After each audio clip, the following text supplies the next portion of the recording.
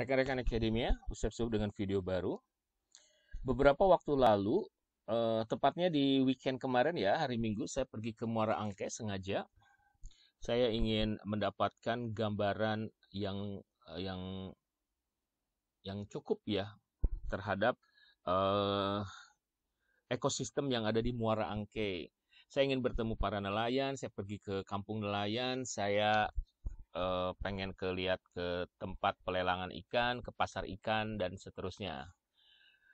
Em, saya datang siang ya, sekitar jam makan siang gitu. Terus kemudian eh, saya pergi ke Modern Market tapi tutup.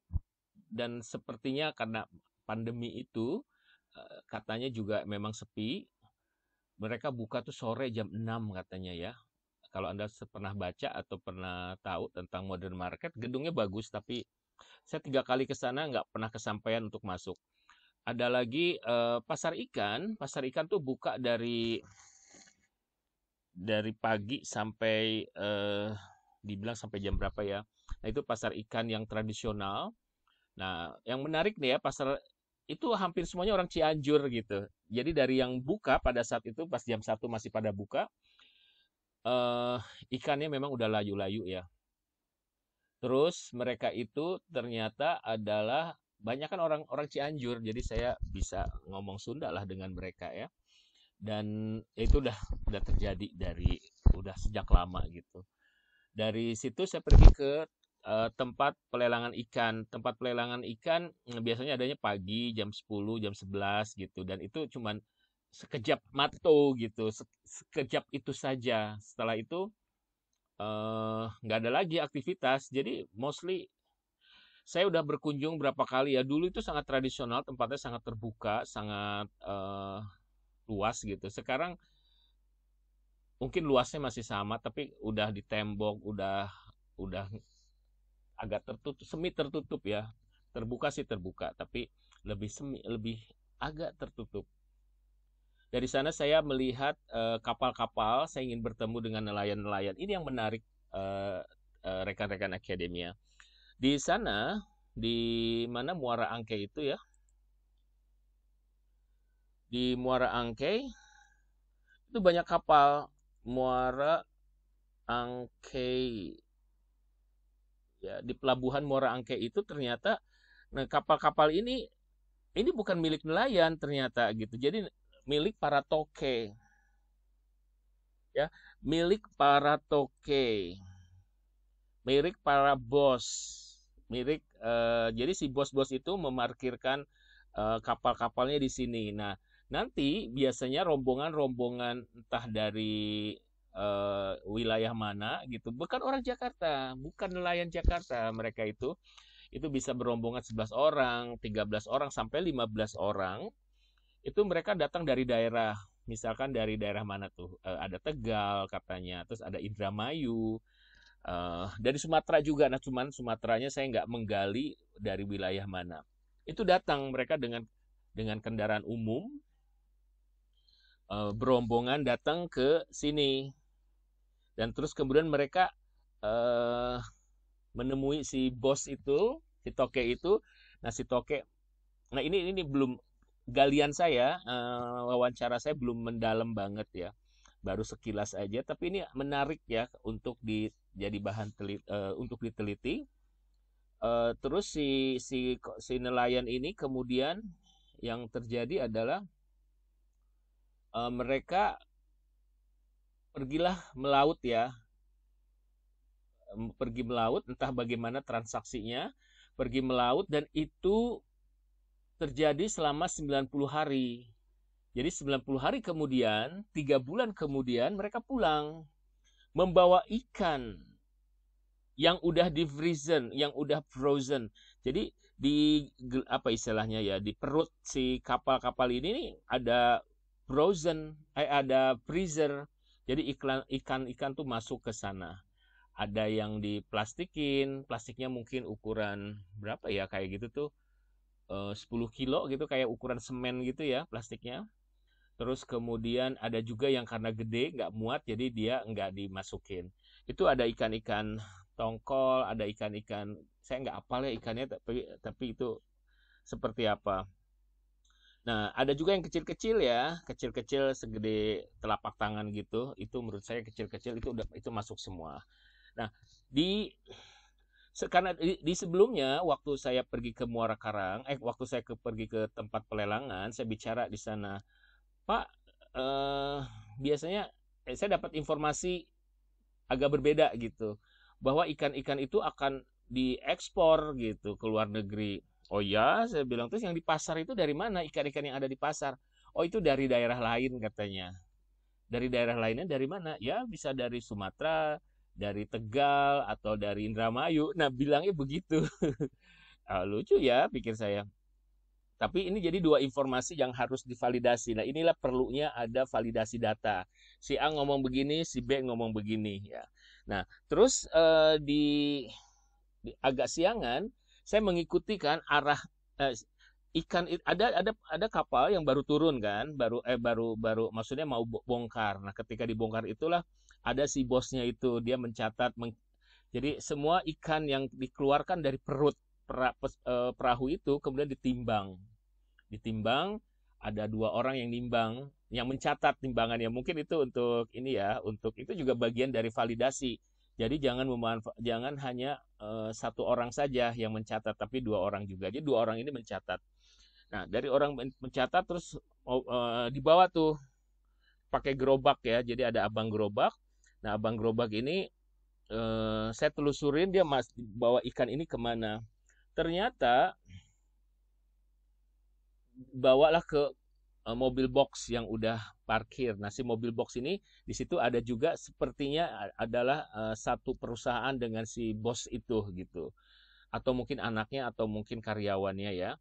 Nah, di situ setiap kali bolak-balik itu si penjaga apa namanya si abang gerobak itu dapat voucher, ada semacam kertas yang distempel. Nah, mungkin itu untuk menunjukkan berapa kali dia ini itu mungkin yang disebut dengan kuli panggul ya. Kalau dulu kuli panggul ini kuli dorong.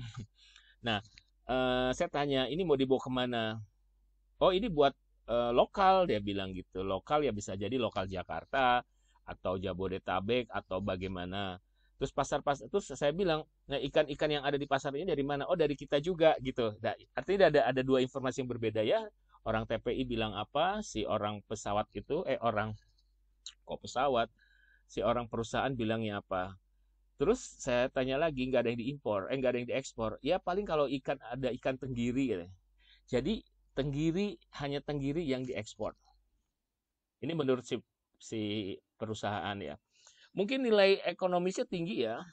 Mungkin juga tenggiri di pasar kita nggak terlampau laku terus dikirim ke luar negeri. Nah ini informasi ini yang harus divalidasi. Nah saya mencari nelayan lokal gitu. Nelayan lokal itu di mana? Kampung nelayan itu di mana gitu. Saya pernah pergi ke Cilincing beberapa tahun yang lalu. Di situ emang ada nelayan lokal beneran tinggal di sana gitu. Atau saya juga pernah ke daerah Teluk Naga ya, daerah Tangerang, dan masyarakat itu ada di sana gitu. Ada kampung nelayannya ada, tapi itu dulu ya, nggak tahu sekarang seperti apa kondisinya. Saya pengen lihat para nelayan yang memang mencari ikan di laut gitu. Nah ini kemudian saya konsultasi ke Kompas, suara nelayan kerang hijau di utara Jakarta. Ya, di utara Jakarta belum tentu Jakarta Utara, bisa saja Jakarta Barat.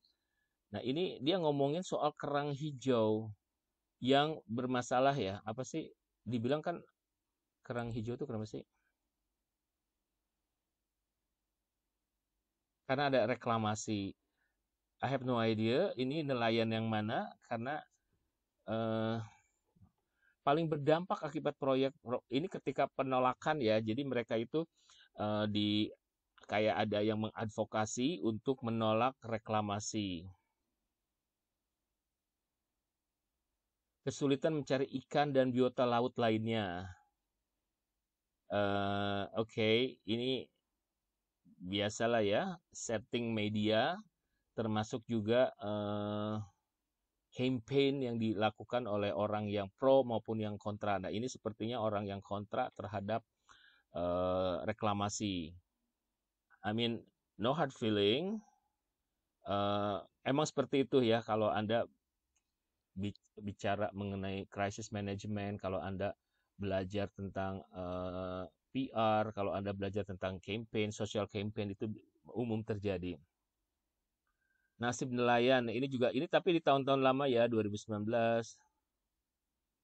Cerita nelayan Muara Angke nekat mudik ke Sumedang. Nah, ini itu ya. Nelayan Muara Angke nekat mudik ke Sumedang. Jadi sebetulnya mereka bukan lokal ya, atau orang lokal tapi asli Sumedang. Ini tahun 2020 April. Ini kemungkinan mereka adalah corona ya, karena kasus corona memaksa meninggalkan pekerjaan. Nah, ini perantauan sebagai nelayan di Muara Angke gitu. Nah, ini saya harus konfirmasi ulang yang seperti apa. Nah, rekan-rekan akademia, kenapa saya membawa isu ini? Ini bisa menjadi hal yang menarik ketika kita mau melakukan penelitian. Jadi, observasi ke lokasi itu menjadi sangat penting sehingga kita bisa jangan sekedar apa istilahnya?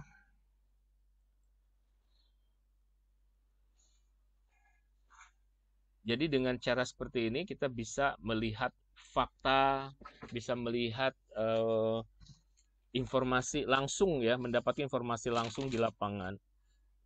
Nah, kita coba lihat ya,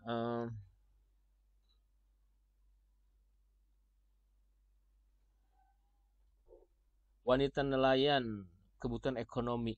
Kalau lihat di Scholar gini, ini seolah-olah memang ada masyarakat atau orang nelayannya yang memang tinggal di sana gitu ya. Tidak seperti yang tadi saya sampaikan.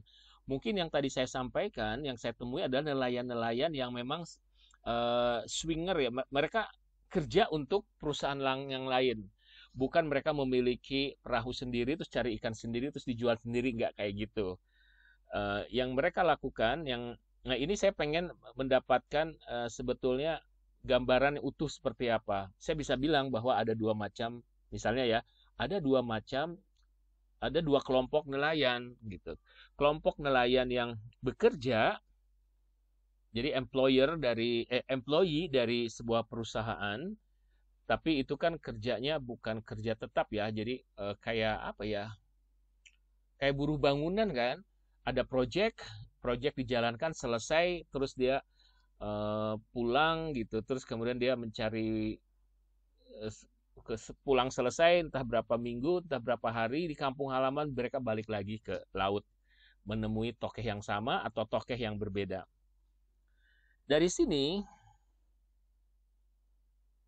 ini lihat rekan-rekan apa yang dilakukan di sini tuh dia ngomongin perempuan ini ngomongin soal ekonomi lain di tengah pergolakan politik. Oh ini lain lagi nih sejarah. Hello, nelayan di Jakarta cuman 1, 2, 3. Apakah ada penelitian? Oh, oke. Nah, di Jakarta. Jadi mungkin, nah ini nanti saya akan mencoba uh, ngomongin nelayan di Indonesia in general, lalu nanti fokus nelayan di Jakarta. Isu-isunya apa sih? Ini ngomongin isu lingkungan ya. Ini uh, isu ekonomi, kerugian. Ini ekonomi tapi juga ngomongin gender. Nah, ini caranya gimana? Nah, ini kita bisa mappingnya kayak gini. Coba saya buat ya. Nah, ini ketika kita akan memulai sebuah topik. Ini saya orang pemasaran ya, jadi saya akan menggunakan pendekatan yang berbeda. Jadi saya ngomongin lapangan dulu, nanti faktor marketingnya nanti belakangan. Saya mencoba memunculkannya nanti. Ya marketing adalah teori terapan ya atau praktik terapan bahwa si nelayan juga harus punya pendidikan atau literasi marketing. Jadi saya bisa ngomongin soal literasi marketing bagi nelayan, ya. Nah, ini tadi kan ada dua macam ya. Nelayan apa ya? Saya bilang ada nelayan lokal, di sini artinya tinggal dan mencari ikan sendiri ya. Sendiri dalam arti bukan sendirian, tapi I mean dia entah dengan kawannya, entah berkelompok dan seterusnya ya, lebih ke situ. Terus ada lagi nelayan pendatang. Ya, dia bekerja untuk orang lain. Nah, kita dari sini tadi saya ngomongin soal ekonomi.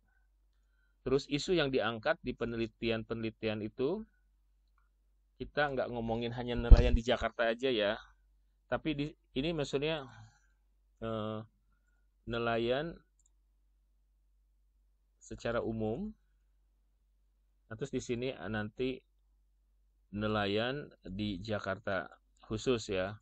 Secara umum kita ngomongin secara umum di Indonesia.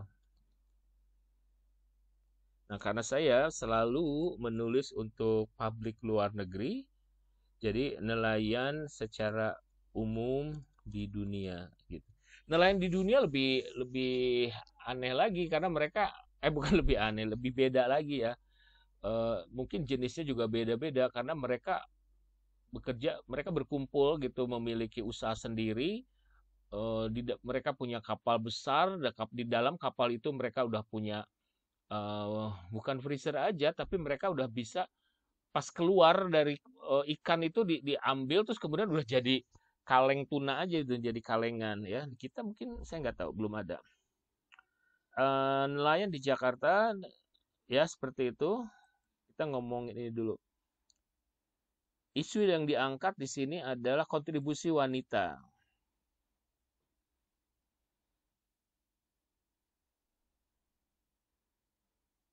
Ya, ini. Jadi kita masukin selain ekonomi juga gender. Nah, gitu ya. Nah, saya akan nulis begini. Siapa yang ngomongin salah, ini bukan si Orkaido.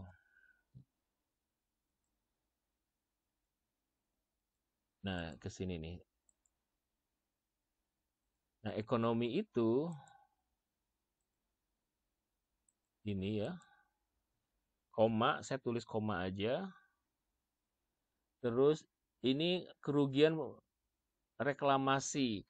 Dia ekonomi tapi juga ngomongin lingkungan ya, karena reklamasi itu isu lingkungan. Ramadan ya. Dia ngomongin ekonomi,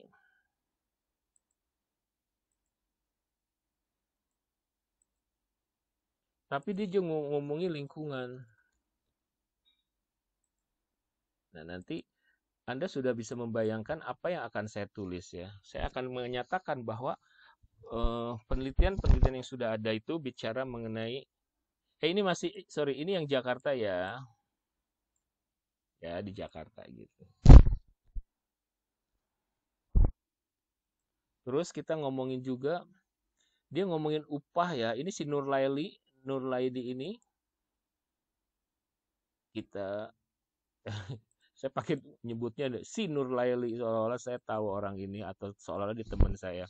Enggak, mungkin Ibu Nurlaili. Dia ngomongin soal, kita cek di sini. Ini ya, peran perempuan lagi. Nah, ini kita ngomongin gender.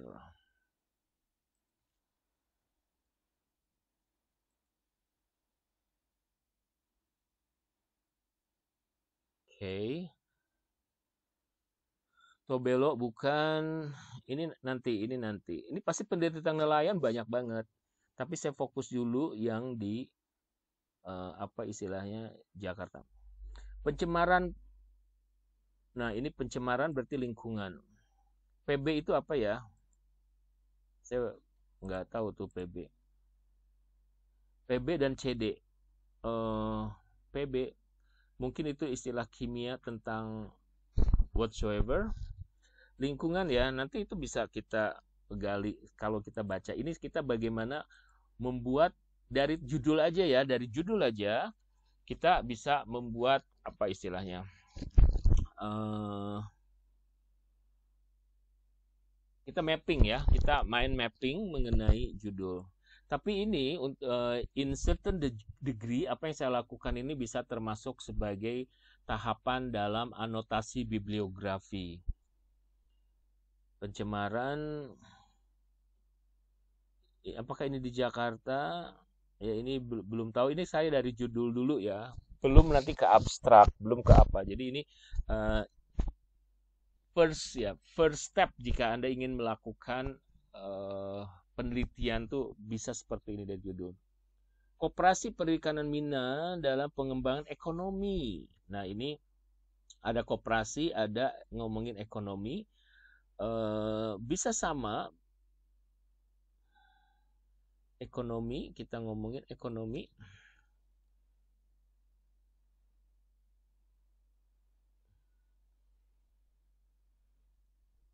Koperasi. Jadi sekali lagi ya, yang saya lakukan mungkin yang saya turun ke lapangan itu ke Muara Angke itu baru sekelumit. Saya masih harus berkunjung lagi. Pantai Pasuruan. Yang di Jakarta mana lagi? Belum ya. Sambas. Wah, riset di Jakarta masih nelayan kelurahan pembentukan koperasi. Nah, ini koperasi kita tulis. Ya. Koperasi. Ternyata topik koperasi udah ada 2 gitu.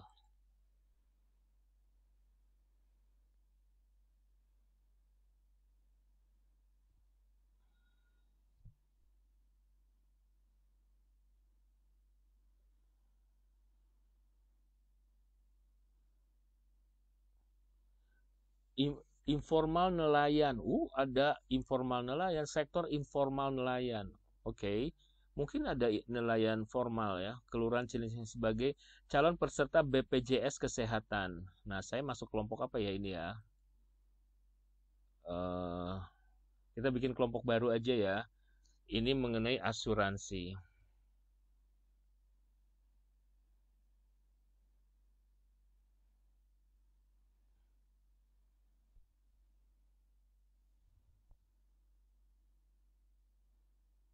Cilincing, reklamasi, perubahan sosial, reklamasi itu kita ngomongnya lingkungan aja ya. Nanti dari lingkungan pun ini kita akan pecah lagi nih. Oh, lingkungan ada karena pengaruh apa saja yang dibahas. Tadi ada reklamasi, jadi berapa orang yang ngomongin reklamasi, berapa orang yang ngomongin soal pencemaran. Terus tadi ngomongin apa perubahan sosial ya. Nah, ini perubahan sosial kita tulis karena sesuatu yang baru.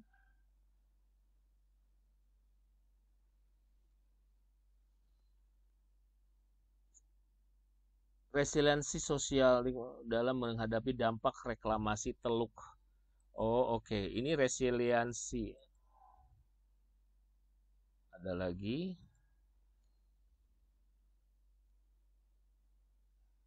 Resilience ya.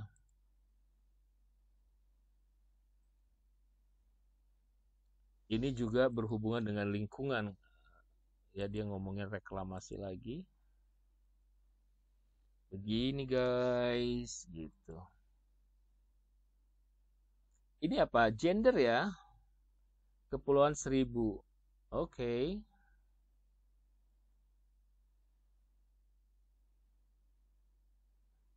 Ibu-ibu biasanya nggak melaut jadi. Ibu-ibu tuh di rumah. Begitu nggak sih? Ya, kalau Anda tahu, kalau Anda punya pendapat berbeda dengan saya, bukan saya setuju ibu-ibu harus di rumah, nggak gitu. Tapi selama ini dalam komunitas nelayan, ibu-ibu tuh nggak turun ke laut begitu ya. Konflik-konflik sumber daya alam kita ngomongin lingkungan atau enggak ya?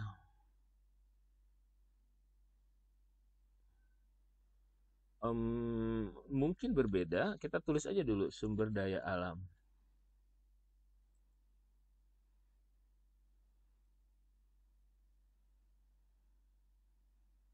Ini benar.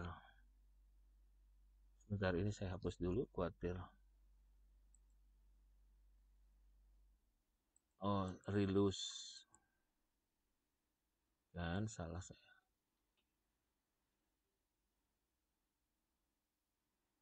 Tidung. Oh, ini tourism. Nah, oke guys, sudah mulai topik saya tentang tourism.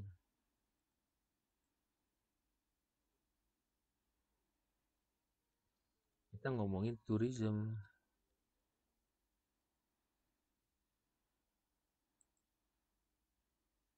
Ya. Ini apa tadi? Kontribusi wisata Bali terhadap pendapatan. Pendapatan ya, berarti dia ngomongin ekonomi juga. Gitu ceritanya.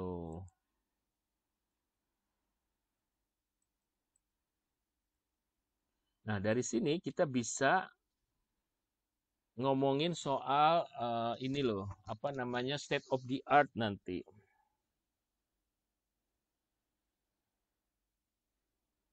Kota Surabaya, Balikpapan, Bangka Barat.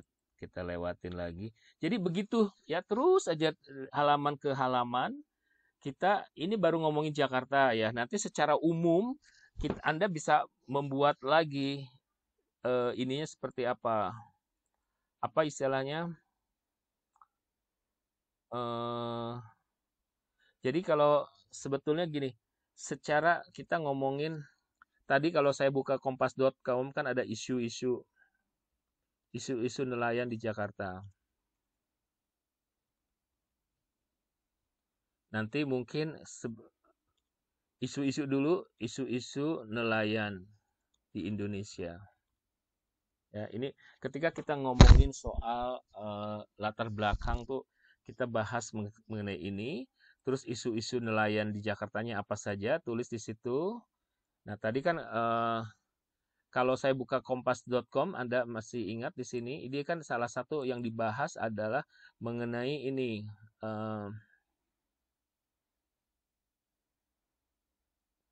reklamasi ya. Di sini ada Omnibus Law, ada juga reklamasi. Isu-isunya apa? Jadi isu-isu layan di Jakarta itu ada Omni Law Bus, terus ada lagi reklamasi. Benar ya? Kalau di Indonesia apa saja gitu. Itu juga bisa menjadi pengantar kita untuk menulis pendahuluan. Jadi dari kepala kita apa yang kita dapat kita tulis di sini. Video ini akan saya lanjutkan ya supaya nggak terlampau panjang. Nah ini langkah-langkah awal ketika kita mau bikin proposal penelitian, terutama untuk hibah ya. Nah ini juga kita mesti punya isu-isu yang menarik. Karena hibah-hibah penelitian biasanya menggunakan konsep penelitian dasar, terapan kayak gitu. Nah ini bisa riset dasar tuh kayak gimana, ini bisa seperti ini caranya. Oke, sampai ketemu lagi, semoga membantu.